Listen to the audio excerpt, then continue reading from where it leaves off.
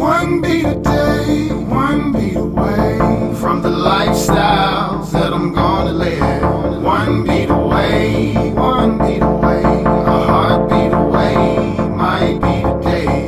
One beat a day, one beat away from the lifestyles that I'm gonna live. One beat away, a heartbeat away, might be today. Consistent self-improvement, everybody. You are tuned in to American gypC Podcast. I'm your host, gypC, and I'm joined with my co-host, Classic.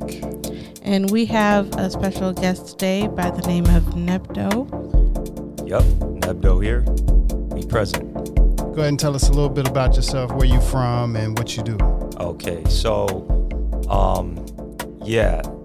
this all started from LA. My parents, Ethiopian, first generation, born and raised in LA. I represent, You can come closer. Oh, okay. So, born and raised in LA. I represent the West Side, West LA, and I rap. But there's more to what I do. I've written short film screenplays. I definitely want to be a filmmaker besides just doing music, producing and writing. And, I just want to do it all, like just take over the entertainment industry. I didn't even know that. To give you guys a little backstory, I came across Neb Doe when I saw a video on Instagram for Flow Tranquilo. Oh, yeah. And I was like, oh, this is dope. And then basically started following him since then and heard a few of his albums. So here we are. When did you start doing music? Like, how old were you? Okay, well, man, it just started from high school, just at first joking around freestyling. Because, it was that whole Dipset era, Cameron, so it was just freestyling over beats or instrumentals on a mixtape, like on an actual CD, and then actually writing music in 11th grade, 12th grade. I was hanging out with some MCs, and then after that, I went to, the whole school route, community college, and then I didn't take it serious. And then after I finished school, I went to Cal State Long Beach for film, cinema. After that, the homies and I just put up money together and then just started recording from the crib. And we did mixtapes together. And then I dropped my first project. Technically, my first one is 321, and that's on SoundCloud. And then that was 2016. So I think from 2016 till present, I've been taking it serious. Yeah. Okay. What are some of your biggest influences as far as even style of music? Oh, okay. It's the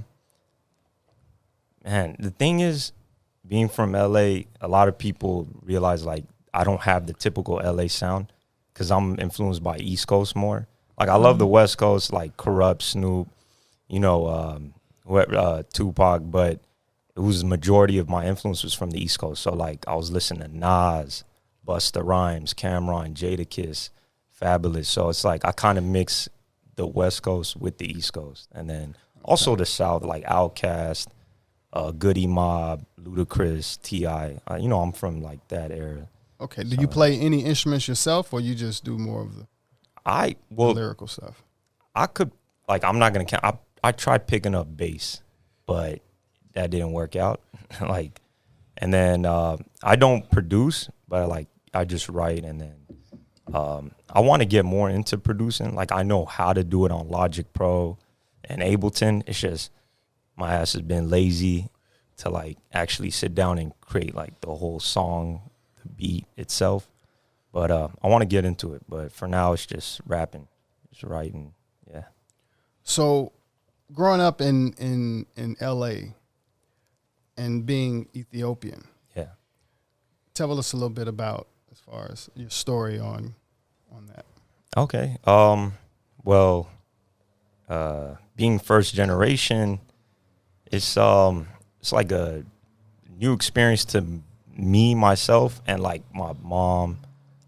Being raised by my mom and just my family. We had to understand each other. You know what I mean? They don't understand why I'm running around listening to hip hop or just being influenced by, you know, the whole American media. And then they have their cultural ways. Right. So it was kind of a blend. Like I learned, you know, the culture and the traditions of Ethiopia, but also, you know, grew up in LA with Mexican friends, Indian friends, Belizean friends. Like you know, it's not, LA's diverse, not as diverse as maybe New York, but it's still diverse. So I had all those friends, and, you know, you just balance it. You just got to know, you know, when the valet parking comes, you know, I represent like, yeah, let me get that salam, let me get that free parking. But I was going to ask, do you speak Amharic or any other language? Not fluently. I could speak enough to like survive if you threw me you out can there. Understand. Yeah, I can understand better than I could speak because Amharic is like a really difficult language. Speaking is hard. Like I lived in Addis Ababa for 10 years. Okay. So I grew up speaking it, but when I came to America, it became hard to speak, but I can understand very well. I can watch movies and all of that, but speaking is a whole nother ball game. Just comfortably to speak it fluently is. Trust me, it's like you say something slightly like just a little off, and it's like a whole nother meaning or another word. It's confusing. Like, but yeah, I tried to learn it a little bit. I'm still kind of looking forward to grabbing it eventually. Yeah, I mean, there's no Rosetta Stone for like Amharic or Tigrinya. Right. It's just like you got to just practice it, and, you know, just hang out with Habesha folks, you know. But now there's like these like online little classes they doing, you know. Is there a big community here? Oh, yeah. We're like, I think well, DMV is number one, obviously. Of course. You know, we talked about that. Yeah. So DMV is number one. I think LA, I don't know if LA, I don't want to get the Habeshas upset if Seattle's like, no. You know, Seattle might be like, no, we got besides DMV, or Atlanta might be like, nah. But LA, we have a big population. It's, you know, we're spread out. It's not one central location. And we also have little Ethiopia and Fairfax. Right. Yeah. So it's like, you know, they're not just going to have that if the presence is, you know, like not known. You know, they know who we are. So, yeah. So what are some of your favorite restaurants, or that you would recommend for people traveling here, Ethiopian restaurants? Okay. Being from LA, number one is Awash. Shout out to Awash. Awash is, and you know how you could tell it's good? Even the old people go there. Usually, I think from immigrant cultures, like the older people don't want to go to their own country's restaurants. They're like, nah, I can make this at home.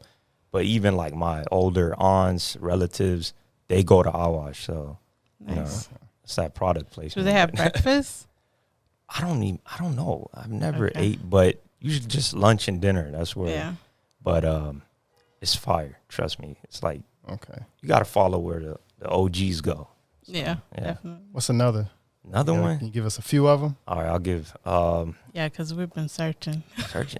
Like, Awash is number one. It's on Pico and Crescent Heights. For everybody, Pico and Crescent Heights. But besides Awash, Lalibela is dope. Yeah, you heard of that? Delicious. Yeah, Lalibela. Masob's dope. Mercato. Those are like the main ones. Yeah, there's a bunch of other ones. There's also like, there was one that my family was like working, and it's called Nyala, but that was like, it's not there no more. But that one, they had bomb food. But yeah, there's a bunch of other spots. There's Inglewood is, you know, popping up with like Ethiopian restaurants. So yeah, we used to drive Uber when we first got here. We haven't really just spent too much time on the south side. Oh, okay. Yeah, so we're still learning some places. Doolin's used to be one of my favorite soul food spots. Oh, okay. Have you been to the Serving Spoon in Inglewood? I haven't. No. Check out the Serving Spoon. If I should be still there, but so, soul food spot. Yeah, soul food. Okay. Oh, and then Jamaican Hungry Joe's in Inglewood. If I think it's still there. But. Jamaica. I know we went to a spot, a Jamaican spot. But I don't. Was that? No, wait, was it We Jamming? It may have been in Compton. Was it in Compton? Yeah, it may have been in Compton, but it was real good. Okay. Plates might have been like $30 or something. I mean, all together. What did we get? Maybe, I'm not sure. It may have been like 15, 16, 15. Something like that. Yeah. I mean, But what do you think? Because you mentioned like Mississippi being from the South. Like, I don't think we're not gonna compare it to the South, but like, what do you think is like the best soul food you had in LA? Well, I've only had a few spots, and that's Okay. Yeah. So Doolin's has been one of my favorites, and I've kind of sat on that for a minute. I usually go to the one in Crenshaw. And it's one because they have dressing. At least they used to have dressing a lot of times. A couple of things have changed recently. But I had a hard time finding some of the other ones, and trying them out. We may have tried a few of them, but Doolin's was one of the ones that kind of. All right. And they have a relationship with a restaurant called Lumpkins in Jackson, Mississippi, temporarily. For a little time. I think I remember the owner telling me that. So it made more sense why I even connected with me taste wise and food wise, because it reminded me of a decent Thanksgiving meal back home. Okay, so everybody that's listening who missed that Southern food, go to Doolin's. Definitely check out Doolin's. Yeah. Like I said, they're going through a couple of things at the moment, but definitely check out Doolin's.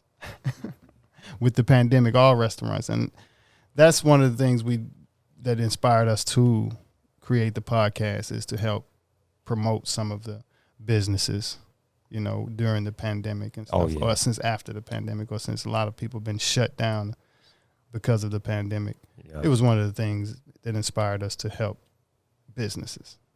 So Doolin's is one of the businesses we would definitely like to promote and ask people to support and help them get through this pandemic, along with other restaurants. Oh, also My 2 Cents. Have you guys heard of My 2 Cents? No. Oh, you guys got to check. It's like Pico and, what was it? Pico and Carson?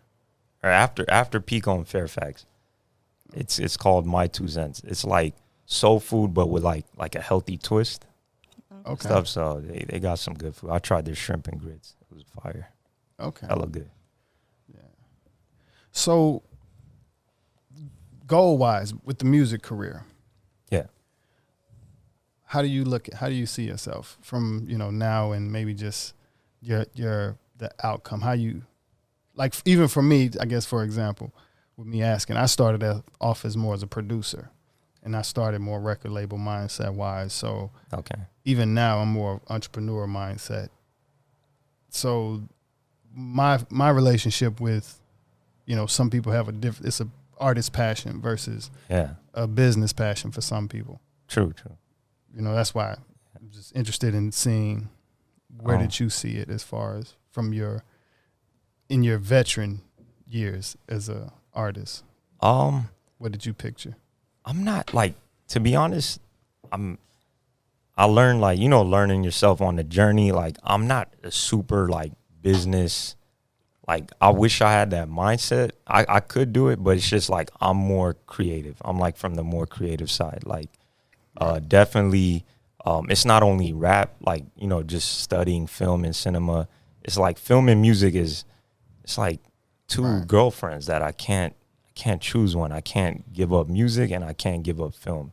And it's the perfect combination, True. I don't know about I'm pretty sure if you love music, whenever I hear music, I see an image in my head. You know what I mean? And then vice versa. If you're watching a good movie, you're always thinking of a good song that goes with that scene. So it's with the music game, I definitely look up to Jamie Foxx, Ice Cube, RZA, Jay-Z. I kind of want to be, walking towards what they're doing. I want to produce. Platform building. Yeah, I want to just do it all. I want to crack jokes on TV, play the fucking best friend in a romantic comedy, to, performing at the Madison Square Garden, to shooting a movie with Tarantino. Fuck it. I want to do it all. You know what I mean? And I just can't choose one over the other. It's my two loves. What inspired you the most? Because even from driving Uber, and you're born and raised LA, a lot of people that's born and raised LA don't have that ambition to do that. What inspired you? Yeah, well, I think the ambition is just like some good ass weed. Like people born and raised in LA. It's kind of like, you know what I mean? It's kind of like, it's kind of like, no, it's like there's hustlers out there and go getters, but it's like coming from LA. It's kind of like, you know, the movie Friday, where it's like there are people just blazing and then chilling. It's like we have good weather. I'm not trying to like brag, but like we have good weather all year round, so keeps you like just mellow all year round. Versus like, you know, I lived in Brooklyn for like New York for almost 2 years, and like they're hustling through the winter to have fun through the summer. You know what I mean? They're like during snow, during the winter, they're just grinding and they're on the hustle, but we're just more chill people. You know what I mean? Like, yeah. So, That's but a neat perspective. yeah, but definitely there's some, you know, I tell people there's like, you'll find the hustlers. It's just LA's a big ass place. So, you know, it's kind of spread out. So it's like pretty much you'll find them though. Yeah. You said you've written some movies. Can you tell us more about that? Well, like I want to write a full length, but I've written some shorts. Some shorts. Right now, my issue is like I'm jumping around between 2 to 3 screenplays. They're like shorts, but I'm jumping. Like I'll finish lines here, and you producing. I know you probably work on one project like a beat or a song, and then you're like, nah.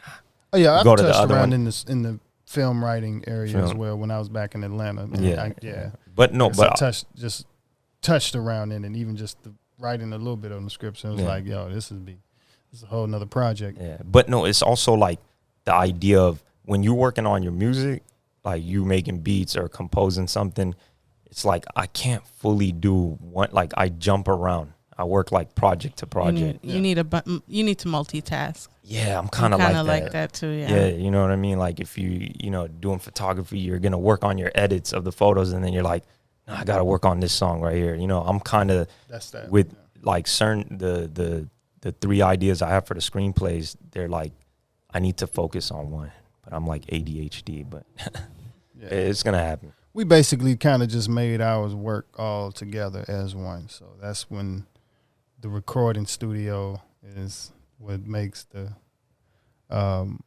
podcast studio, even just from the film and photography stuff to the T-shirts, to where it's all one, you know. It's a creative factory. Right. Yeah. Even and allow us, this is basically the movie. Yeah. Yeah, so. Yeah, because it's like a bunch of parts to one movie. So, yeah, you guys are doing it like self-made. So that's dope. So to have friends that, you know, started doing music with. Yeah. And what's your team? What is the importance of a team, or how would you say the team versus the dream team? Team is just like I'm I'm in a good position where it's like a lot of friends I know are all creative. I'm like, it's lucky to just know different MCs. I know photographers. I know people shooting a short film. Like one of my friends, he's shooting a short that I'm actually acting in. So just it's dope being in that circle. So I know, you know, like a lot of people don't know about West LA, and it's like, nah, there's something brewing there. There's like a bunch of DJs. I know homies that do EDM music. I know dudes that are like poets, actors, like photographers. So, pretty much. And that's something that a lot of people don't realize, especially like with me growing up in Mississippi. You don't necessarily have that. You know, growing up in a place like LA, a lot of people are inspired just growing up from your childhood to be those types of team players within, you know, a certain industry. You get it on a smaller scale in Mississippi, but it's not quite, you know, beneficial as in a place like LA, to where you can have a lot of friends in all of those areas. You know, your skateboard friend got a camera friend. That's a The fact. camera friend got a music friend, and so it's easier to make successful teams in places like this, to where you grow up from childhood, and if you know you guys get on, it's a team thing. Get on, Yeah. and Atlanta's kind of like that as well. Oh, I think. Atlanta, they, I think they have each other's back like the Yeah, most. Like everyone's more connected there. The thing in LA, it's just like, I think it's harder for the LA local. Like if you're not tied to like Snoop or like Top Dog or like Dr. Dre's the Aftermaths and stuff. It's kind of hard. You got to grind because it's like the artists that are already balling, they move to LA. So kind of like the local ones kind of get left out. You know what I mean? You got like, I'm not saying like we do want the rappers and all that have fun over here, but it's just like it kind of takes the shine from the ones really from LA. You know what I mean? Yeah. So it's like, yeah, I definitely want to see more people, even though from West LA, Mid City, South Central. I just want to see them like blow up. So do you have a producer that you work with that do? Well, I've like most of my beats is online nowadays. You can have a beat maker from Milwaukee to Poland, but besides just getting beats online, I have homies like Randizzle.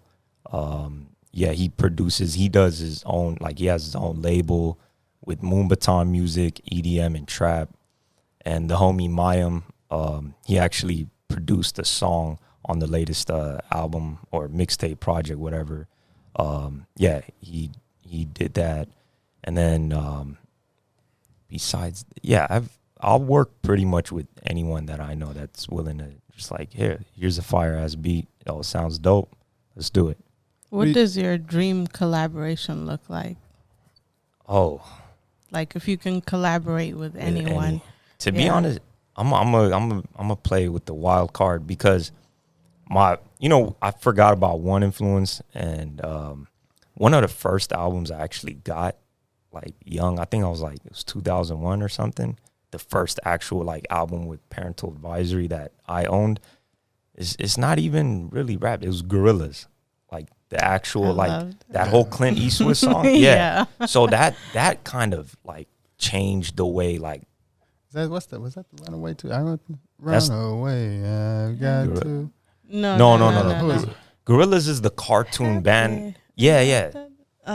She did. I don't remember it's like a. I ain't happy. Yeah. I'm feeling glad. Yeah, that was the first album. Like my homie actually. Yeah. So he got it for my birthday. And then, like, I'm just, having, like, a Habesha mom and stuff, like, when they say, like, motherfucker, because there was a rapper, Del the Funky Homo Sapien, who rapped on it. Like, I had to, like, lower that part. And be like, no, you're just talking about, like, you have to explain to them and shit. But, yeah, I want to work with the Gorillaz. They still doing music now. Music. So, Raekwon. I really want to work with Raekwon. Ghostface. Pretty much the legends. You're very East Coast heavy. Okay. Yeah, it's because I felt like they paint pictures in your head. Like when Nas talked about Queensbridge projects, and I'm from LA, you growing up Mississippi, and then you grew up like in Addis and like Minnesota Minnesota. Yeah, like if we all are from different locations and we listen to Nas, he talks about the pissy staircases and like the broken elevators in the projects. I'm like, damn, and like I just recently reflected on Nas. On that, yeah, and it's like from Ether to that shit was fire. Warrior. Oh yeah, that was on Godson, right? Warrior song, yeah. But like they're very like. Plus, I was a hyper kid, so Busta Rhymes when I saw his video and Method Man with the Judgment Day. You seen his new joint, Busta's new joint. Yeah, he's working. He just came out with a new video. Yeah, that video and the is song he doing the so same hard. like rah? Well, it's real. Album. It's of the time now. Oh, it's of right now. Yeah.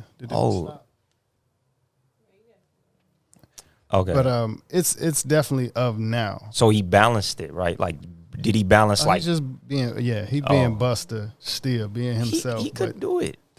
The beat is him. It let him do what he do. The video is. Oh, damn. It's God. It's real God. Videos. Like it is. So. Wait, is it the existential, but like part 2? Wrapped of God. Yeah, Wrapped of God part 2. Oh, that was a dope album. The first time. like Busta, as a kid, I was so enamored by like the Dangerous video. The Dangerous, like I was so confused because he has the white face, like he's dressed like the white, and I was like, I don't know, 8 years old or something. I was just like, what the fuck is this?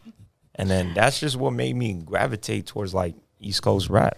Yeah, I love Busta, Flip Mode Squad, and yeah, I got that as a gift in dude, high school. This is an ancient holy gift right there. Hip hop immortals. Yeah, like you see the thing, like I do want to bring back, like I wish that would come back, is like everyone's individuality. Like we all know in the 90s, you could talk about money, bling, but it was like, it was balanced. You know what I mean? It was just... Yeah, we were just talking about that. Like everything is just one-dimensional nowadays for the most part in hip-hop. It's like everything is a similar style. I was actually going to ask you, what do you think about the flavor of the industry now? The industry right now, one thing that like me and, you know, homies have discussed is like real rap will never die. Like they, you know, people thought, but then you got cats like Joey Badass, the whole pro era. You got cats like Dave East, you know what I mean? Nipsey Hussle, like that. It still have content, lyricism. You got, you know, Joyner Lucas, you know what I mean? You just have cats that are lyrical. I think Mick Jenkins. I don't know if you guys heard of him. He's from Chicago. No. Y'all should look up Mick Jenkins. He's a fire, talented dude.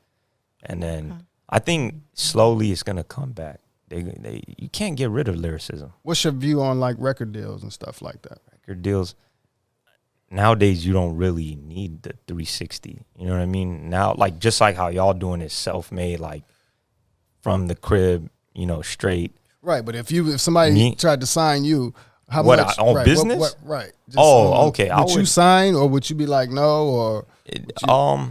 I definitely would, like, you know, you learn from Kanye when he said niggas can't read contracts. So like, definitely I'll get, if it's serious, you get a lawyer involved, go over the contracts, like make sure you know everything about it. But for right now, I don't trust like, you know, the 360 deals, because I don't want to get. What would convince you? What would make you? What would make you? What would the label actually have to offer you okay, in order to convince you that it's to even take it into consideration?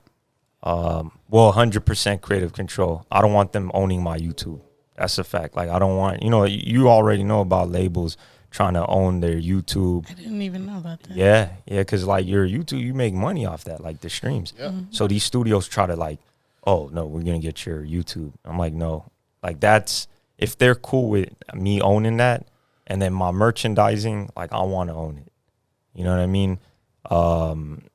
I don't want to be put on a shelf, meaning, you know, I'm not gonna name, you know, there's a lot of musicians who've complained about like they can't drop because they gotta wait for the other rapper. Like I don't want that. If they're gonna make me do that, I'm gonna be like, I don't want to sign.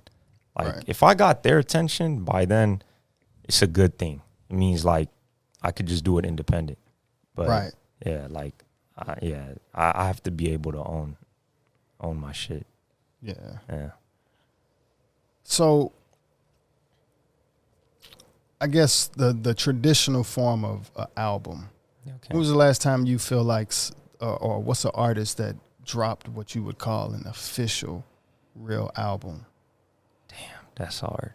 I gotta think back. No, that's a good question, dude. Right. That's a good question. Well, besides my shit, like my shit is dope because I do apologize because I haven't listened to your music. So it makes it even sweeter still. You gotta like the thing that I'm proud of is like my mixtape projects is balance.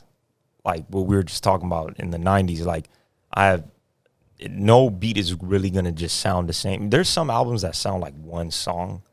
Like I'm glad my shit is not like that. Right. But what's your favorite song on this latest one? Okay, the latest. Your personal favorite one. Damn, that shit is hard. I love them all. They're my children. Name top 3, I guess. Okay.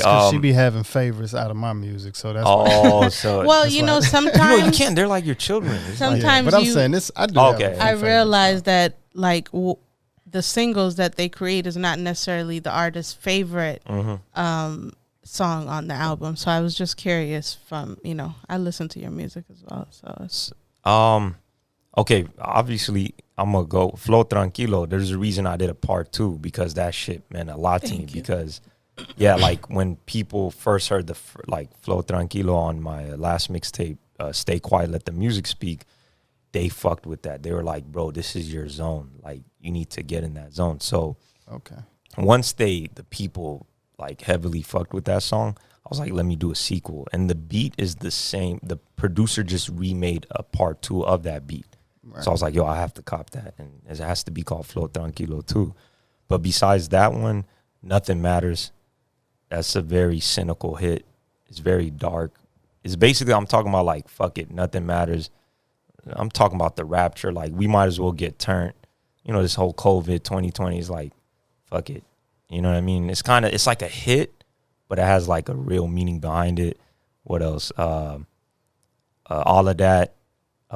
That's a dope song. That's a more fun song. Kind of like in a Busta Rhymes-esque like vibe. Okay. You know, just kind of reaching out to that energy. And then I like my intro. Only These Words. That gives you like, that's why it's the intro. It's gonna give you like a perspective of who I am and like, you know, what I'm gonna do. Basically tear up the whole game. But yeah. What's your creative process look like? When I write music, I can't stand in one place. I'm very like, I pace. That's part of it. Like pace, or I put like a movie on. Sometimes like I write based on the feeling of the movie I just watched. I don't know if I watched some, I don't know, damn, I can't think of a Training Day. I don't know, for example, like Training Day, because I watch movies a lot again and again. So I'll just rap about LA and like kind of, you know, take the energy from that movie into the, you know, bars. But yeah, it takes, also driving, this is dangerous. Don't write while driving on your phone. But for some reason, when you drive, you get more inspired. Yes. Is that, I don't, like you were talking, I've done Uber too. Yeah. And then I've done Uber and like a lot of good bars came for like when I was just outside in the world. Like, yeah, driving and like on a treadmill or something, like that's the most creative my brain is. It's like doing a lot of stuff up there. I think it's because like you're already working on one thing, so it kind of gives you that rhythm. Like your body is busy so that your mind can, you know, can go, I guess. I don't know. Actually, that makes sense. Like, I'm pretty sure, like, you guys probably got inspired from that, just driving, seeing the city. To be honest, also, this is crazy, but like while I'm turned at parties, I pulled out my phone and like I've been in clubs or bars and I've written a couple bars because I saw something like a fly girl passing by and then I just came up with some bars and I'm like, yo, I got to I won't write a full song, but I'll write like a couple bars and then come back to it. So that's the process. What's the song you had the hardest time with? Sorry, one more. No, go ahead. The hardest is probably Never Die. That Never Die and then Flow Tranquilo too. Because certain songs like that, you gotta kind of take your time. I'm not just gonna rush. Like I'm gonna write a couple bars and then I'm gonna kind of like experience the world. Couple bars, experience the world, come back, and then I gotta really think about it. So you freestyle and stuff, or you just do more right? Okay. Yeah, right. I could freestyle like when I'm joking around, having fun, but I just have bad like memory sometimes. Like you know what I mean? Like So I trust me. I understand it. Writing is more accurate, and that's just something I've just always respected the most. Is accurate. I respect freestyling too, but nothing like the accuracy. Like I mean, you mentioned like cello, right? Yeah. Like, dude, that is like different, bro. That's I started playing. My brother plays as well in Mississippi. Okay. I started playing when I was about 5. I grew up playing orchestra, private lessons, and all of that. Nice. And then I stopped playing, and then I started back playing. So when we first met, I wasn't playing. You weren't playing? Like the first 7 years we were together, right. I wasn't playing. And then I started back playing and kind of came back with a different sauce. But I've always been producing and, from singing, songwriting, did a little rapping. but just kind of been more on the producer side. Played around with some photography stuff. Okay. And then even T-shirts. You know, we mess around with some things. Started back playing in D.C. Started messing around Shout with out to some, DC. Chocolate City. Street performing when in D.C. And Okay. then that was even one of the things that knowing if we came out here. It's sunshine most of the year. So Yeah. I got used to playing when it's pretty chilly over there. Hell yeah. So over here, you know, it's not really going to get that chilly. So at the least, I can street perform year round. Oh, yeah. And, yeah. you know, we'll be straight. Okay. So, Okay. And then, you know, it worked out. You know, and wait, y'all, where'd y'all meet? What city? Atlanta. Atlanta. Okay. Yeah. We basically moved to Atlanta around the same time. Oh, so, okay. Okay. yeah. But yeah, came to LA. LA has been good. Did Uber for a year and a half, and then started street performing around Okay. 7th and Fig. Okay. But I've always been producing. I consider myself retired right now from doing music, even from out there. Well, it's just more from I do it out there, keep my chops up, but it's like I don't really take gigs. Oh, okay. And I don't really, you know, I kind of got out of doing collabs and stuff like that. But it was more to focus on this. A lot of times when I do some music, it's grabbing her attention as well because she basically okay. from website promotion, everything else. Okay. And, you know, just with COVID, everything else, we just made some change, had to, you know, kind of look into the podcast stuff. So it was more like, all right, if we're going to do it, what's the best way to do it for us and maybe as a business? And we came into this. So I basically took my music stuff and put it on the side. And I've been pushing at it for a while. And, you know, just with life and so many things, I kind of decided, even when I put it over there, I kind of slept a little better after a while. And the kind of music that I do is different, period. And it's just I've actually had a hard time getting people to do the music that I want to do, and even just a bunch of different other life situations. But beat wise, producer wise, I was inspired from Organized Noise, Wyclef, Yep. Hell yeah. all of probably Nas's producers.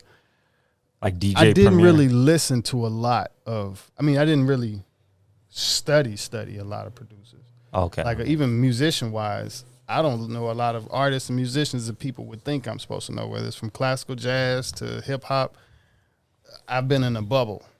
Okay. Yeah, he So, and- tries not to listen to other people To so he like- won't get influenced by all Yeah, of 'Cause that. even when I started yeah. producing, I was still in my little zone when I In did. your own. Okay. Okay. So as a freshman, sophomore in college, you know, kind of I go to orchestra, I can come back and make a track, you know, and it's just from the music in my head, it was a lot different from what was out there. But it's not quite, it's mainstream, but it's not quite mainstream.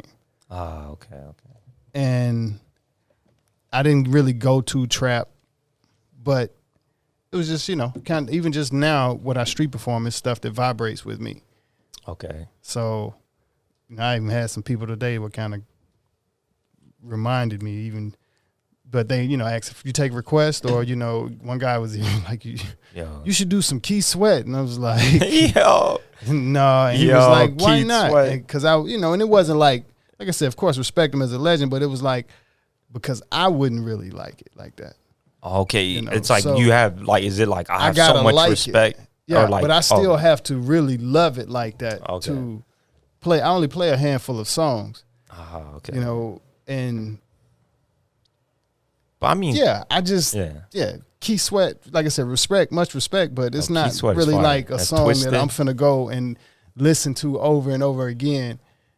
And if it's not a song I've already I've learned, you love. Yeah. Yeah. You're not gonna. and that's something that I couldn't get into the habit of doing songs or doing a certain music that what people thought or felt like everybody else wanted to hear. And that's how everything kind of, in my view or opinion, kind of went so far into the trap area to where, you know, it's like I'll sit it out for a second and wait. But when I stopped trying to I guess when I stopped considering myself doing music for business, things got a lot more freer. And I'm always, I haven't made a beat in maybe like since the beginning of this year, you know, and I've had, that's how things go, you know, creative wise, but it's definitely there. I still street perform, cello chops are there. The last song I recorded was called Girl Hurry Up. It was more like a wedding feel. A wedding? Okay, that's what's up. But there was no beat, and it was more vocals and stuff like that. Vocals and like a cappella and cello. Vocals and cello, yeah. And it's just a different feel. But have you tried listening to like international music? I mean, like just some I've random stuff. Like, my music is international. Yo, that's dope. That's because, like I said, even from you mean almost like something close to classical. Okay. Something with no strings, just vocals. Vocals, okay. You know, then to something with straight Nas sounding, something that can sound LA, something that can sound Southern. It's like a mishmash. It's like unlimited producer. As a producer, he jumps around like every genre, and then it's hard to categorize things when you're trying to upload them to Spotify or something. There's no like world. He's like all of them. I basically have to do world. I'm like, I don't know what this genre is, but let's just put it there. Like the best producers are like who I really like. Everyone is like Timbaland, Pharrell. They're international. Like his samples, just what he's doing is just when people heard the what was it, Big Pimpin', it was like the whole, it sounded different because the sample was like Moroccan or whatever, which they got I don't know in trouble, but like still it was just, I don't even sample. You don't sample? No. Not at all. Are you like against sampling, or is it just like I'm too original. It's too much. But you you play music. So from your point of view, I hear music. Like you hear, but you play. Like you meaning you were naturally. You also can be able to. A lot of people can play music, but they can't hear music. Like a lot of the. Wait, what does that mean? Like they could play music, but they can't hear. Like your orchestra, like most of the symphony. Okay. They're raised to play the music that's on the page. Like on this. Okay. Versus just the turn on this song and say, "Hey, all right, improvise to this." What do you hear? Does that come from jazz? You mentioned jazz. Like, does that comes from soul? From soul, okay. Jazz is like jazz, kind of like the cousin, but it's not just jazz though. That's mix. Really just come from soul and like from a little bit of soul, because you gotta be allowed to. And it's funny that today I actually a young lady, a young Asian lady, when I was street performing, she gave me the props on playing and was saying she's a student, sophomore. And I asked her, hopefully she reached out. I asked her about coming on to discuss with her, because she was saying that she's been playing since she's about 7. Okay. And, she's just not feeling it, basically, in a nutshell. She was even saying like she was just practicing and playing the song. And is it because like the pressure? You know how the parents be like, play this? It's the type of music, classical music. They don't resonate with it. Classical, it's from like 100. Yeah, they're like it's not yours. It's not necessarily like your I said. Own music, it's your soul music necessarily. It's you're playing the same song. It's almost like again and again. You trying to rap one of Nas's songs versus after 17 other people or maybe 100 other people have performed not a cover song. And basically that's what orchestra music is, kind of like that, the ultimate cover song. Yeah, no, I know. World of cover songs, to a certain degree. So you have to be able to perform it better than the other million people, child prodigies on this, But when it comes to, hey, we're going to get to a certain part of this song and y'all go for a freestyle, then ain't nobody stepping to the plate. Like, we're going to have a part where we're just going to play some chords, and then you take a solo. Everybody in the section take a solo one at a time, like jazz style. Classical, if you did that in the classical world, they don't accept it, you're out. You can't. You're not gonna get anything. They can't. It's not there. And people don't. They don't look at it like that. But that's the world of jazz. Hey, if the world of jazz, we're gonna run the song one time, and hey, after that, everybody take a solo. Even the drummer, like, shit, I'm ready. But like the dope thing, like when you were talking about jazz and soul, like the evolution of hip hop is like that fun part where I think when I told you how I rapped is because I was having fun freestyling when they'd be like in a cypher and they're like, go Neb, like do your shit. Of course, that's how it started. Then that's I how you jump get that out. spark. Just what you said, like my solo part when I came through, it was like competition. Like I gotta say something crazy, and then they're like, "Oh shit, he said that." And then, after you find out that you can do it, then it's like, okay, then you go for it. Yeah. But that's what it takes. But that's kind of what she was explaining. She was saying that she liked how I can do, improv and both agreed that they don't really teach it in the world that she's in right now. Okay. But that's one of the things that can really, maybe recharge her battery for what she's doing right now. Definitely. And that's kind of more of what I was trying to throw at her real fast before letting her sink more into thinking of whatever it was that she didn't want to do. But maybe naturally she got inspired to kind of do some more freestyle stuff on her own. But I was trying to let her know that, without having to take the 7-year break that I took, you can just dive into it if you want to. Yeah. But, I didn't finish school in the orchestra, so I know how hard that could be depending on, how much pressure you probably got on you, especially in the classical world and where we're at right now. It's like, I can't imagine trying to actually study some classical music right now or even just play along with. Kind of like. I've been thinking about trying to do Christmas, but it'll probably have to be close to like the NDRE Christmas album style of covering some Christmas stuff. But other than that, music would never be a problem for me. It's just really having a foundation to where I can create without, pressure. Without the pressure, okay. Nowadays, like if you're not signing a record deal, you kind of have to have some capital to throw into your promotion, social media, marketing, all of that stuff. And it's like, okay. It's like you everyone got to do their like job to fund the music. And that's like the hardest part, like, not being backed by like a main, a big label. $2 million. You're not back. That's the toughest thing. Everything you do is coming out of your pocket, like planning that, you got to budget that. But you're competing with $2 billion. That's a big fact. You're competing. Yeah, that's true.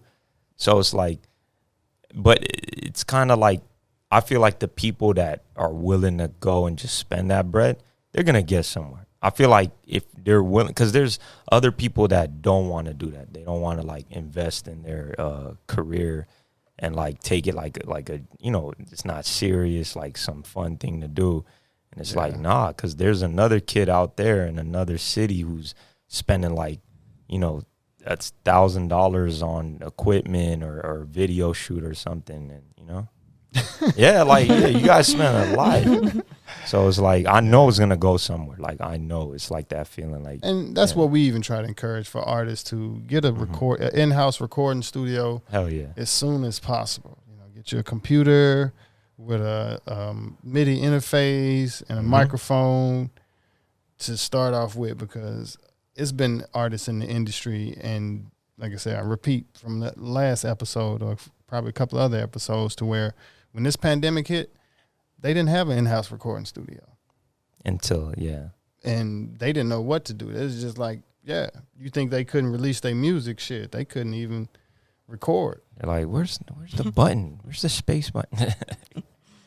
So starting off with that in-house recording studio is always a big thing, and then you have a certain level of freedom right there, and that's gonna save you money, because studio time will humble you. Dude, literally, that's the reason why I stopped. Because back then, you throw in money for like recording, and then I realized, I messed up. Like when you hear the song again, and I didn't want to spend more money to go back. Like, but when you have it in house, like you have the freedom. Like, oh, I messed up. I'm not tripping. Tomorrow I'll redo that. Or, you know, oh, this doesn't sound good. Like, there's some songs that I fully recorded in the studio that I didn't even release. Because, you know, later on, I just don't like it.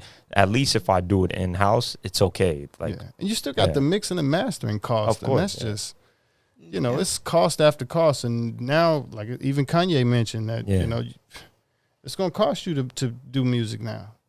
It's really, that's where you at right now, depending on how you releasing it. So our goal even is to kind of just add some perks to doing music, even whether it's within the podcast or just, you know, finding a better way to do it without having to rely on the main machine to do it. Yeah. Definitely. Like, with, like, even filmmaking, doing it, you know, doing your own films and kind of scoring. We're into that whole mindset. That's one of the reasons why we invested in that big boy. The lens is new. Lens. Yeah. What kind? Like, what is it? Like, what kind? That's a Canon, what's it, 16 to 35 millimeter? 16. Okay, 16 to 35. Yeah, L series. Yeah, and it's the, is it 1.4? It's not the 2 point. The F. The F stop. The F stop. Oh, okay. Aperture, whatever. Yeah. Okay. Yeah, it's not the. It's the $1,000 one, not the 20 or $2,000 one, or something like that. 2,200. 20. Oh, okay. But yeah, it's great for, you know, once we get the gimbal, then the whole filmmaking thing is, you know, we're gonna bump that up because we do a lot of vlogging videos, on American gypC YouTube. Okay. So we do a lot of videos, and you know, just to have that creativity that we've always had with, you know, basically kind of doing some film stuff. But it's really more get the podcast thing rolling where we are right now in things. It's getting the podcast thing going.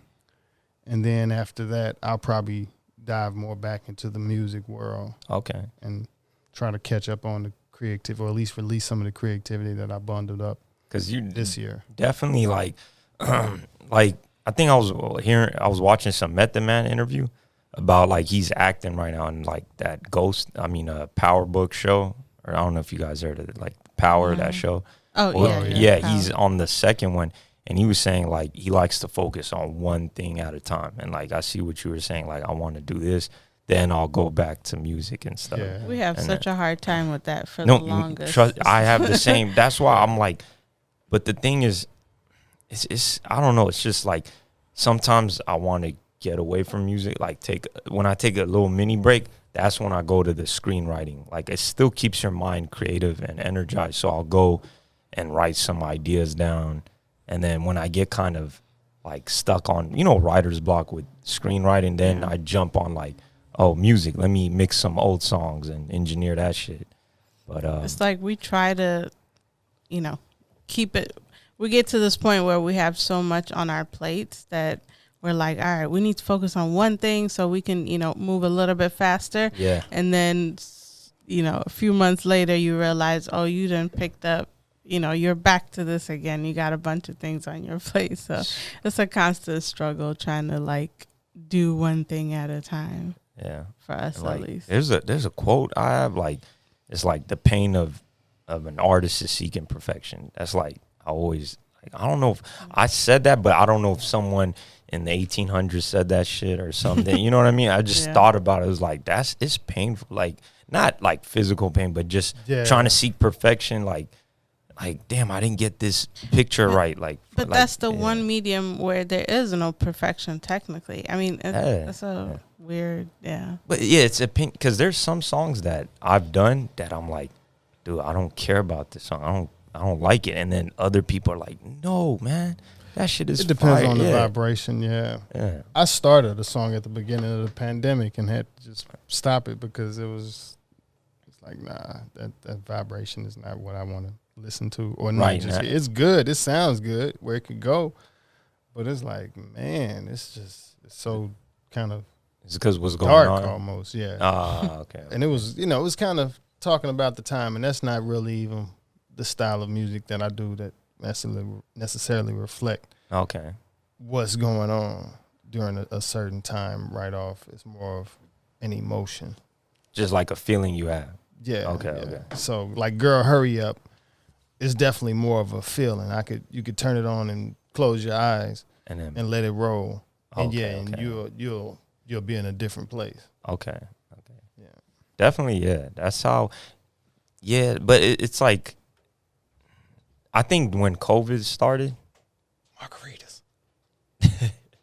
when COVID started, I remember like I didn't want to write about, for some reason, it's like I'll write what's going on. Like not literally what's going on, but like what the stage of life I'm at. So like when I was in New York and before I moved, I was drinking I was turning up a lot. Like, I mean, I still have fun and stuff, but when the COVID hit, I was just like, damn, I started being on some self-reflection. It's funny because margaritas is what I do more, but this is maybe a month or two. What, of like the amount? As far as drinking wise. Oh, okay. We haven't really been, we smoke more, but You smoke more than, okay. But we used to do a celebration maybe every other weekend at Border Grill when they were open. Where's that at? Right down the hill on 4th Street. Okay.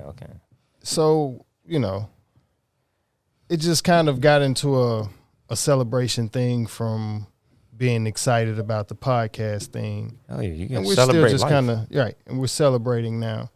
But I realized I smoke less. Oh, when you drink it. Yeah, a little bit. Yeah. No, I think like when we were talking about blazing and stuff, because like when I was drinking, that's why like I drink more now than I smoke. That's the thing. Like just like what you were saying, since I was drinking more, I just stopped smoking. But here and there, like I blaze up, like Yeah, it's every once in a while. Yeah. And for us, even music wise, smoking was more compatible. Drinking, like making the beat and stuff like that. No, you tapping on the wrong. You're like, it was kind of too heavy, and it never just was a creative thing with me as far as drinking wise. And I can say that's why I haven't really been creative. But I feel even more as I get back into the beats, I probably I know I won't be drinking and trying to mess with the music. Yeah, I probably smoke and mess with the music, but like even like right now, I realize it's also a little bit kind of like allows me to, I guess, just relax a little bit more when talking, and even, on podcasts, or not just podcasts, but just right now, even being excited that you're here. I'm excited that you're here. And I'm grateful that you're here. So I'm glad I'm here. Definitely Real talk. Yeah. Real so, talk. And this is like, it's all new. That's why it still feels like a little celebration phase, even though you got the whole DNA of this place has changed at the same time, and dealing with the mask and the people, and really not from the seeing what's going on to the presidential elections, and it's weird to look at it from an outside point of view, to where it's like, wow, I'm looking at an alcohol point of view, because I've never been, like I said, just from, and this is speaking from even other people out there that may drink for fun or have an alcohol problem. I come from a heavy alcohol background with family wise. Okay, everybody in my family drink. Almost, okay. Except for my mom. My mom don't drink. Okay. But it's a to look at it from that. And then I've recently learned a lot about my family history. And then to come to like some of the things that's taking place, it's like, all right, I could almost see why people drink to a certain degree.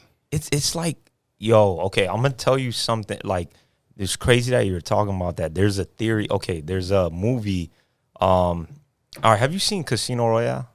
Have you seen that? I don't know if I have. It's the James Bond, like the first with the new, the dude who's doing it now, Daniel Craig. Yeah. It's the first one. It came out like 06. I don't think All I right. have. There's this actor.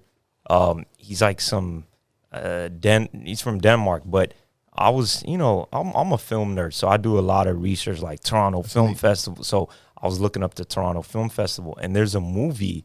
This is the story. Basically, I think it's a foreign film, like a Danish or something, but the movie is based off these friends that after a certain point in their life, they made a promise, like a weird pact, to basically keep a level of alcohol in their blood no matter what. And it's based off a theory. I forgot the guy's name. There's a theory of like to keep a certain level, like level of alcohol in your blood, and then like things are better.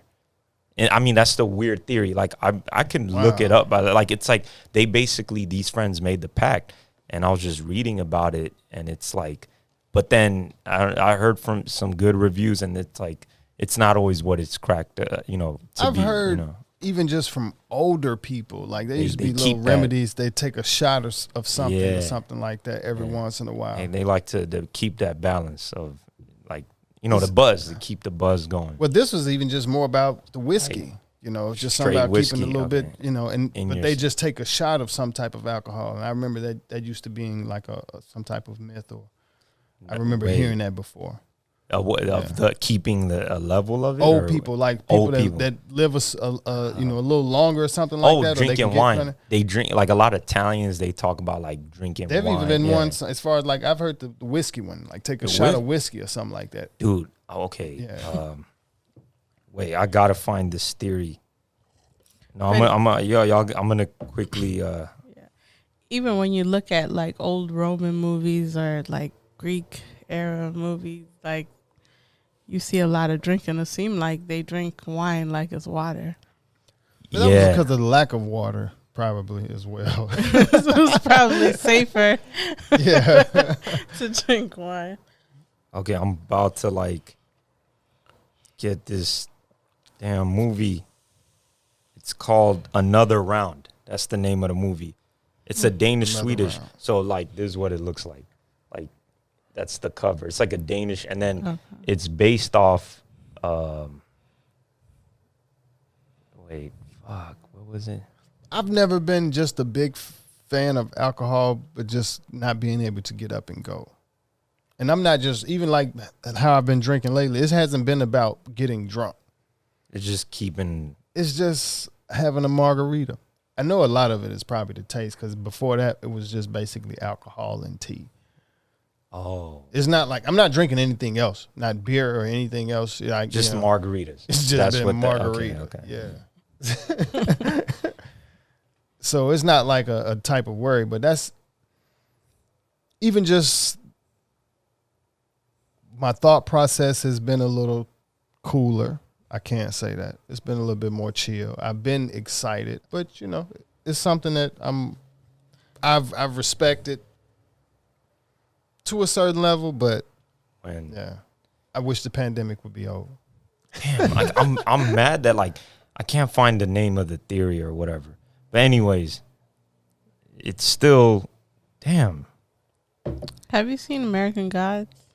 Sorry, that was random while we're still on. No, I haven't seen American Gods, but I saw like a scene from that actor. What's his name? Mr. Anansi. I don't know what Orlando Jones.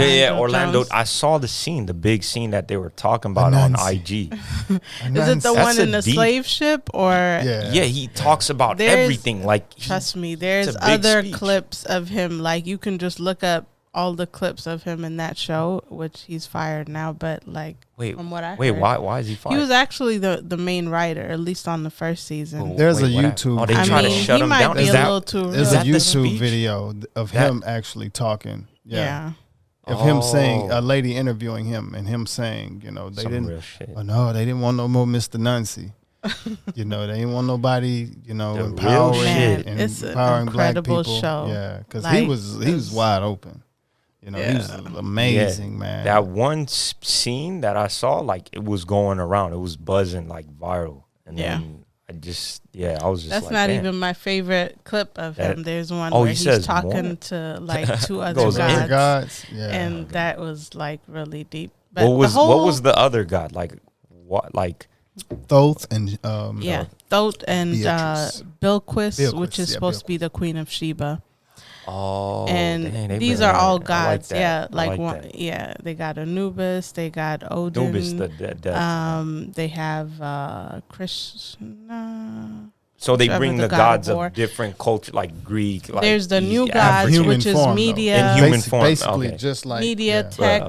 tech. There's new gods, old gods, and it's like it's a very interesting. It's very deep. It's a very deep Damn, I'm show. gonna actually Very deep. start. All right, I'm gonna Yeah. start What's watching. weird how it got me is I saw the previews on YouTube And a then while that's how- ago. Okay, like Well, not the advertising. actually, no, it was just advertising. the American Gods thing. I Oh, didn't the really banner. see anything. It was the banner and then you're like, that I was seeing often, but this was way before it came out. So by the time we jumped onto it, season 2 had already ended. It was just out there. But that was something that made me think about it because I kept seeing Matt Sweeney on stuff Oh, really? for some reason. wait, who's Matt Sweeney? He's a leprechaun. He's the leprechaun. Wait, yeah. you mean? So He's funny. Wait, is it Yeah. a character or like a person? Well, yeah, Matt Sweeney is his name, but he is the leprechaun. Oh, okay. Yeah, he could bring money out of Oh, they nowhere. brought that like the actual leprechaun into Yeah. the. Oh Yeah. shit, It that's gets really interesting. deep. I There's like a that. god of super like deep, man. media is like media, like Oh, that's you know, and there's Yeah. tech, and these are the new gods. So basically, anything, But what's their almost name, Like like anything the they would tech one? worship. That's what tech. Oh, Tech. literally. New yes, media. new media, They're like, like hey, for real. new media. Yeah. Hey, what's And going on, Tech? It breaks down Yeah. the idea of worship, and they were Worship. basically created by worship, and they get weaker. And okay. the whole idea of like starmen and like it's a whole it's pretty deep. I think the best like TV shows or films are character driven. The better, like the more unique character in their background, you get like This is sucked based on into that. African mythology. Yeah, like you mentioned Queen of Sheba and just, Yeah, but okay. that's what they were saying. That the American Gods, the show, I remember the reading. background It was is saying it's based based on African mythology. I wish I try to look up like when I'm bored on Wikipedia just different things that Ethiopian culture has been involved in, and I found out they're like in Greek mythology. There's like an actual Ethiopian like character Man. named Numon, Neumon, Yeah, but it's like an M in front of it, MN. So that's like I try to look up stuff, and I'm like, yo, we're in Greek mythology. You gotta Yeah. start looking up like ancient. We get into a Ancient, lot of ancient stuff and archaeology and stuff. Yo. Yeah, we're everywhere. Yo, have you trust me. seen Action Bronson's show with the ancient? Have you heard of the rapper Action Bronson? He's like I a have, big but dude. I don't. Heard I the don't name. I don't know Okay, if I've seen but it. the funniest thing, he like has a show where they literally smoke weed and they're on a green screen and they watch you know those alien shows on History Channel, those interesting like, Yeah. and they literally get faded with Alchemist. You know, like the producer. I don't know if you heard of Alchemist. Yeah. He's like, Yeah. yeah, Music producer. yeah, they get faded, and then different rappers come and they just commentate. They literally get faded on the green screen. And I'm like, it's the funniest show, and they have that interest of like episodes of what was it, Babylonia and all that. And I Mesopotamia. get into Anunnakis, the Sumerians, the Sumerians, ancient yeah, Lemuria, all kinds of stuff. Yeah. So I'm gonna switch it up, I guess, Yeah. kind of swing back towards the music in a way. I'm having a vision of trying to do some stuff studio wise, and I'm gonna ask from more of a Okay, from more of an artist point of view. yeah, For something like this, I guess to actually a good segment of this is to go ahead and ask you, when we basically we first invited you and or just Yeah. when she reached out to you and everything, what did you have in mind versus now that you're here and you're looking at it, what do you think? What do you think about the setup? it's and like everything? like when because I saw the videos like the other on the American Gypsy like IG, Yeah. and I thought like the way the setup, I thought it was like some factory, like it was like a big, like the way y'all set it up. It's like I didn't know it was like in house. Like I thought it was like you went to like actual like downtown, the warehouses and stuff. Yeah. That's what I thought, like North Hollywood or somewhere like in downtown. And like when I got in here, I was like, yo, this is like dope. I was thinking it's the creative factory. Like you want that energy of like damn, it's like, damn, I wish my shit was set up like that. And I want like inspired now. But yeah, that's really dope. So I'm looking at trying to do some type of, I guess I want to call it keep what you kill. So even with just like something like that, and the idea of it, the vision of it was to basically present some tracks and to allow the artist to, in a way, I don't know if you would have maybe present the same tracks, maybe 5 tracks to 3 different artists, and they maybe write to it, not freestyle, but more write to it, maybe tell a story. Oh, now, I don't want it to be close to any of the traditional showcases music wise. I would like to do the story part, honestly. So like you would create like a piece, right? Like you have like instrumentals or something. Oh yeah, like music beats already that you created, and then it might even have a hook on it already. Oh, okay, Yeah. and then you just have the artist like write a story. You said Right. Okay, I got you. As the verse is a freestyle. Yeah, More working the pen, tell a story, like maybe make it sense. Like yeah. I know tell what the you mean. best story. Yeah. Get the track for they album or something, or That's win dope. studio time or something. I'm trying to do something because basically we have the studio, we have the tracks, we have all of that. Yo, I'm The down. mixing and mastering is what we don't have, so the artist Okay. would have to get their own mixing and mastering. Oh, okay. And that's about it. Negotiate BMI, or I'm with Oh, yeah, BMI, or yeah. negotiate, ASCAP or BMI, and that's it.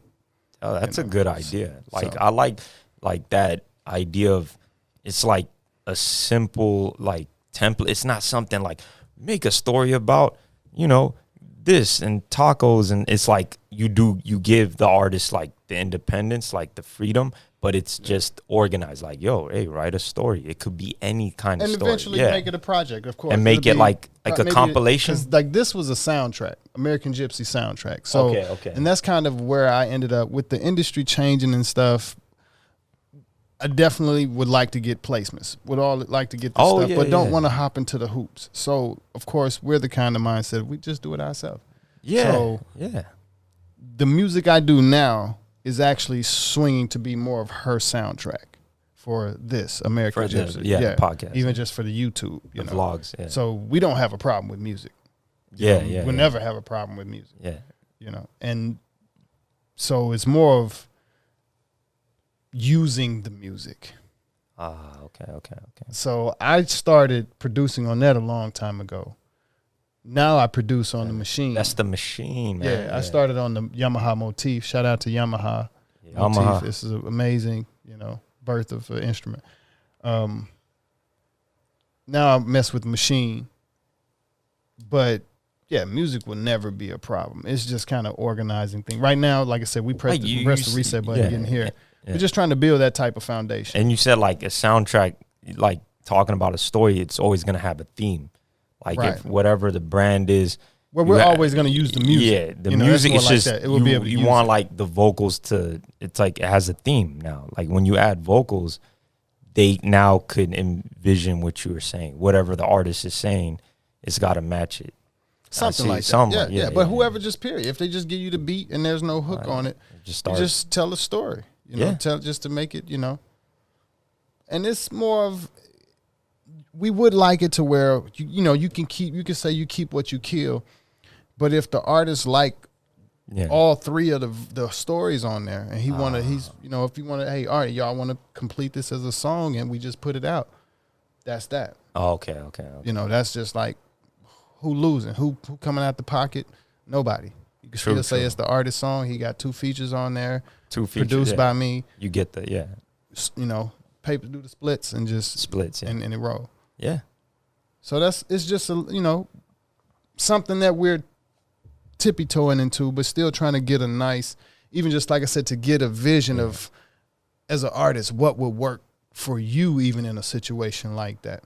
Because of course, a lot of other things have strings, a lot of other type of, this is a showcase and you got to pay this a much amount and you got to do this. Oh yeah. I remember Dylan, those showcase. I remember we pulled up to, I'm like, those showcases.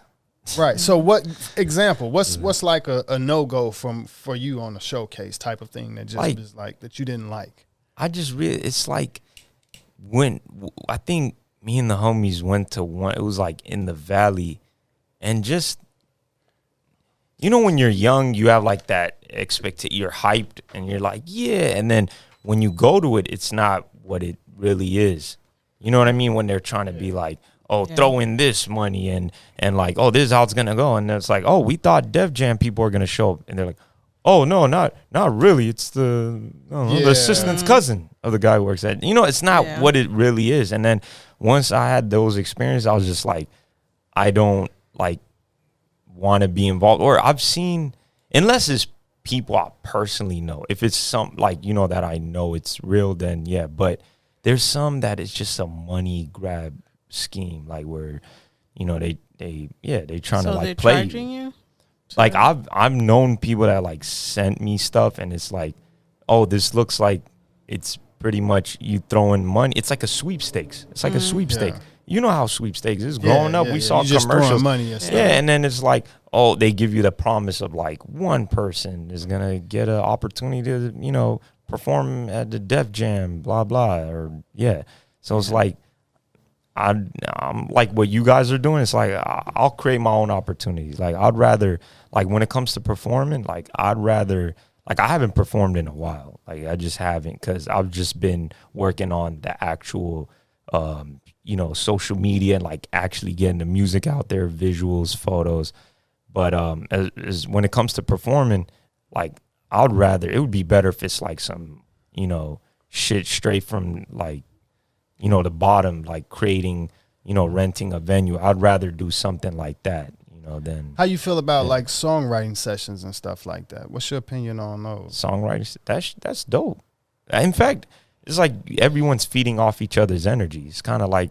Would you say there should be a number limit to it, or with the writing session? Yeah. What type of sessions are you used to? Are you used to like artists that write all four of us in here, we write our own stuff? Oh yeah. Versus you got one artist and we helping this one. Oh artist no. I've haven't been in that situation. Like it was like the homies, like they know they are like, where there's Red Eyes Lit. Shout out to Red Eyes Lit. Red Eyes Lit, Mikey Amare, Hibano, like the homies that I've worked with.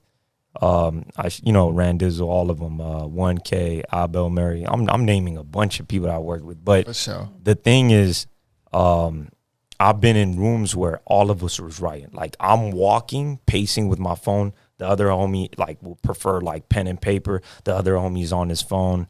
The other is like, yo, I gotta just take a shot and then write, and then we would all write playing the beat on a speaker, and then you do have the collaborative, like if we're trying to get a dope hook, maybe like it's like a team, you know, it's a sport, like where you have one person that's good at this part. So if one of the homies has an idea for the hook, he'd be like, yo, I got an idea, and then he says it, and then most of the time my experience has been dope, because you know, I've had advice where friends were like, yo, that first hook you thought of in your head deep down, like go with it. Like that first initial feeling of like what you were talking about, soul, like that first initial instinct when I hear a beat, whether it's a turn up party song or, you know, a song about romance, whatever, like we go with the first idea. I don't like to change it, because what happens, you ruin the authentic feeling. Like when I heard the beat, this is what the fuck I heard in my head. So, yeah, but we haven't written. It's never been a situation like one person and we're all, you know, everyone does their own thing, and then we'll collab, we'll help. You know, it's like, yo, dog, what rhymes with this? And then, you know, if you're asking help, we're gonna help each other. So yeah. So working with like a producer, what would be? The game has changed, even just from the book here. Oh wait, shout out to After the High. That's another artist. I was just remembering the people that I work with. For sure. Shout out, yeah. So, with if you could work with a producer for a whole album, okay, what kind of album do you think you would have? Damn, that's hard, man. You know what? Damn, that's hard, because I don't want it to sound like super all the same. You know what I mean? Like the beats, but it has to be artists kind of like well-rounded.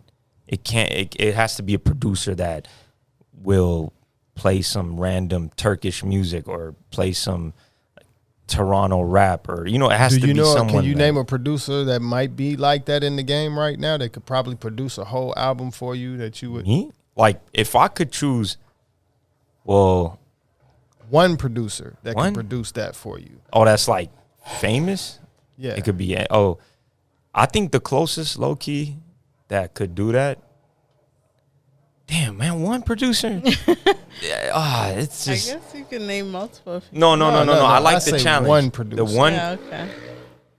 I would say, what? Because I'm looking back I to already even got like it. when like Timberland would produce your whole album. Yeah, okay, I got it. Dr. Dre produce your whole album. It'll be like this one guy is like, he's a legend because he's been doing it from 95 or 94 till now, and that's Pharrell.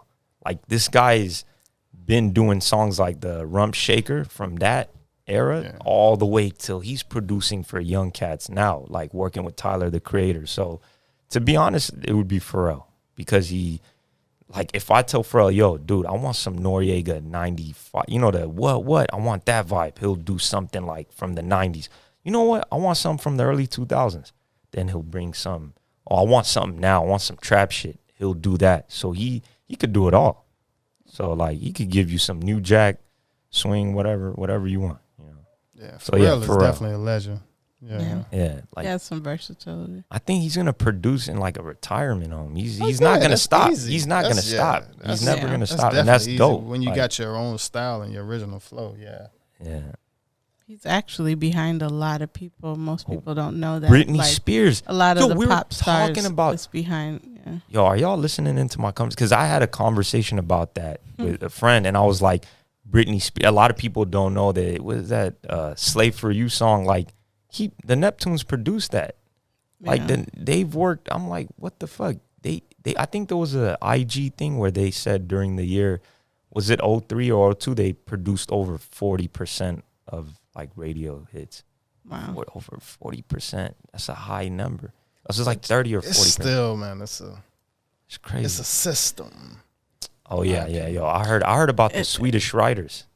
Have you guys heard about like these group of Swedish people that wrote like literally every pop song? It's like these little secret. No. Every time I read about stuff in the industry, it's like you find out that it's actually it's more of a business. It's a machine. It's like definitely. Even your biggest producer is like, they have a lot of other producers underneath them, and then it's kind of like it's like a company, I don't want to say, right? Like, well, I don't want to name that. I don't want to say the dude, but are you talking about like dudes that it's not really them producing? It's like a team. Yeah, it's like you getting samples from here, and you got like this person doing this, and you have multiple basically employees, other producer that you think is dope, and you kind of like DJ Khaled. I'm just saying. It's like, he's dope. He's still creative.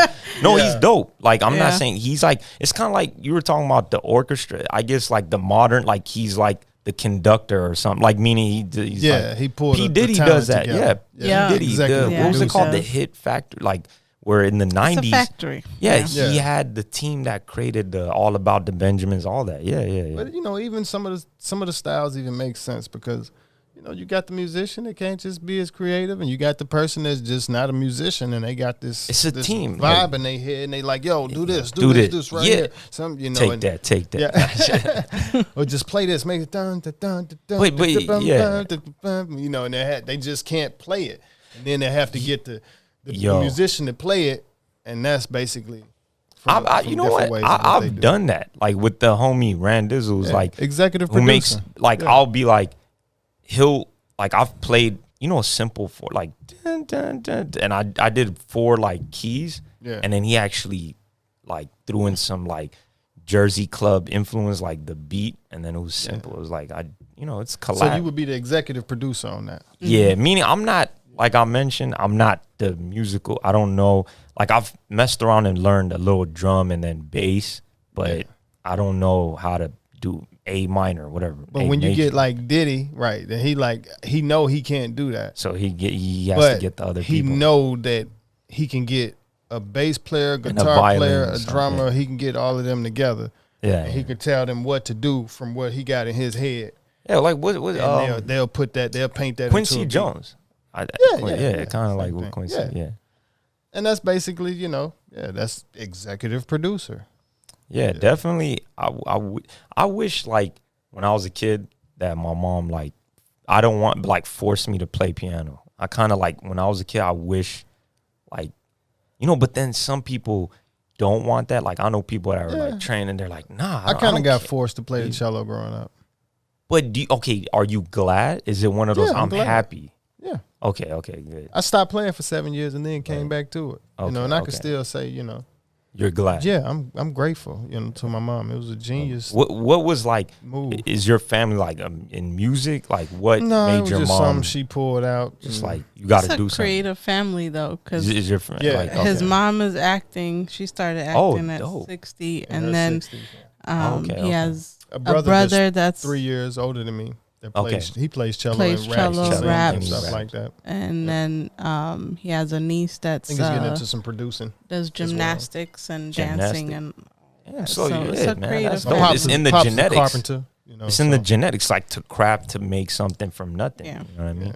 I wish, like the Ethiopian culture or the Eritrean culture, it's like one thing I wish there was more creativity in the or they family. value there is. creativity They- or art. Yeah, like I that. wish, because growing up, Man. y'all like, But listening to Yeah, the yeah. music, boy, it's like you the like rhythm. the Ethiopian jazz. Just as a musician, period, to hear the difference in the rhythm and wonder, because we're used to hearing a certain rhythm, This know. is different. Yeah. but the Da-doom. Oh, yeah, da-doom. Da-doom. Da-doom. yeah, Yeah, oh, that's yeah. to be able to know what you're listening for as a Uh-huh. musician when you're playing, Oh, damn. so, and that's no different from a weird jazz song or a weird classical song. But it does like that's the amazing It's a thing. respect, Like man. it also comes from like the motherland, like all the form of music, like The rhythm. the rhythm, like just being in a circle and then someone like in Morocco playing some drums, like that's It's a powerful. I love image. the masinko. the masinko. That's I would love to play that. I think next time I go to Ethiopia, I'm grabbing me one. Oh, It's that's small enough. it has like that's the thing is there's you guys heard of Madlib, that producer? Like he did a video, a Vice special where he was sitting down with a old Ethiopian artist. I forgot the guy's name, and they just had a big conversation about like, yo, I sampled your music, but it was out of love. Like, and then they both got to talk about, he talked about his past in Ethiopia during like the Dadagai thing, like during those bad moments. And then they just kind of connected. It's crazy. A dude from California just like had the same, he vibed with this older guy from Ethiopia. And it's like, damn, music really break down I barriers. know Kenan does. Kanan, Kenan. Somali.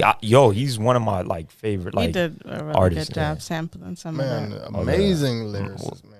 They did it on the Distant Relatives. Have y'all heard that? The Nas and Damian Marley album. Yeah, they sampled Okay, I haven't Mulatu. heard that one. Ashtray. Oh, yo, you got it. If you haven't heard that, they sampled No. Mulatu. The same. I think Kanan Okay. sampled it before, but Nas and Damian Marley killed it. Like they had some samples in there. Okay, I gotta listen to that. Yeah, What was the all first? those What was like the first when you heard the jazz, like the Ethiopian jazz or that music? What was your first like thought, like your initial? Oh yeah, that's the in the circle. You got to dance like He It's be in this. liking so- the country It's stuff. in so many songs. The that- rhythm that that you're rhythm, hearing. yeah. Oh, Yeah. yeah. What count is it though? Is it like a one? I don't know. Man, That's it's hard. that's a whole nother musicology. Yeah, I would have to. He have tries somebody to else break teach it me that down. stuff all the time, and I'm like, I can't get it. That's more in Yeah. music theory, and I'm kind Music of theory, far yeah, away yeah. from it right now, so I wouldn't really be able to break it down. And plus, with it being, But where have you have you heard that like in an American like that, like for example the Tigrinya, like the it could have been in 4/4, but no, it's You've heard- weird though. It could be in one, It could be in 2-2. Okay. It could be in 4/4 because it's just the. It's a steady. I feel like you're doing Tigrinya more. Yeah, that's like the Tigrinya, the Eritrean, But that's just the beat that comes into my head. That's what. Wait, have you ever did the dance in the circle? Yeah, he's usually in the circle, the camera like when guy. Camera guy. Yeah. So have you been to Habesha functions, like weddings? Oh yeah, weddings and all of that stuff. We've been together for 10 years. So yeah, you definitely like the black label. It's all black label. I feel like if they bring vodka, they look at the person like, who the fuck is this? Who brought vodka? It's always black label and Hennessy. It's like black label, Hennessy, Hennessy, black. Yeah. Yo, I got and Thatch. Oh, Dutch, yo, is it sweet for you though? Is it too sweet? Yeah, like sweet. I'm not in, like I'll drink it, but I'm not. I'll get like I'll prefer the bitter, like the wine. You know, I've seen some modern versions, like they make it into more wine, so it's like bittery, subtle. Yeah, like it's not too sweet, but there's some good rendition in DMV area. Oh, the DMV, yeah. That's like, wait, what's the best? This is probably a hard question, but what is the best?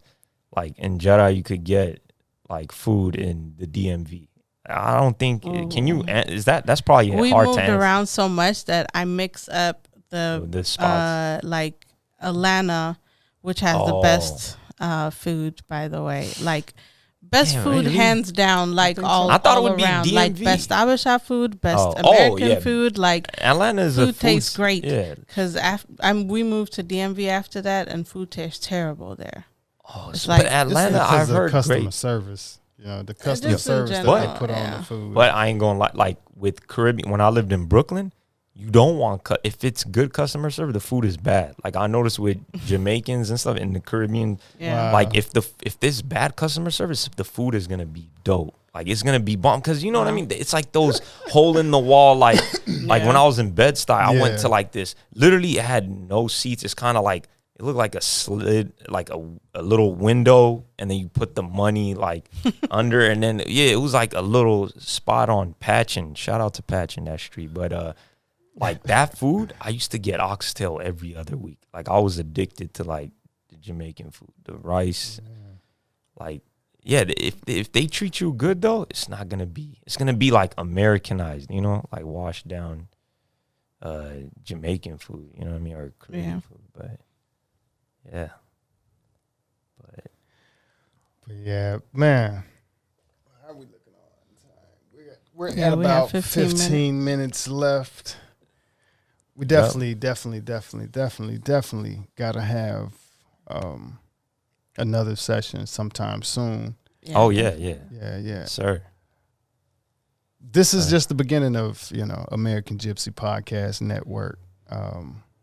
We're supposed to be a little bit more prepared on the time wise to where we can go unlimited because man, I definitely do have like 100 more questions that I'm sure that I could pop up. But since we're running low on time, we're going to go ahead and make sure everybody get their closing tags out.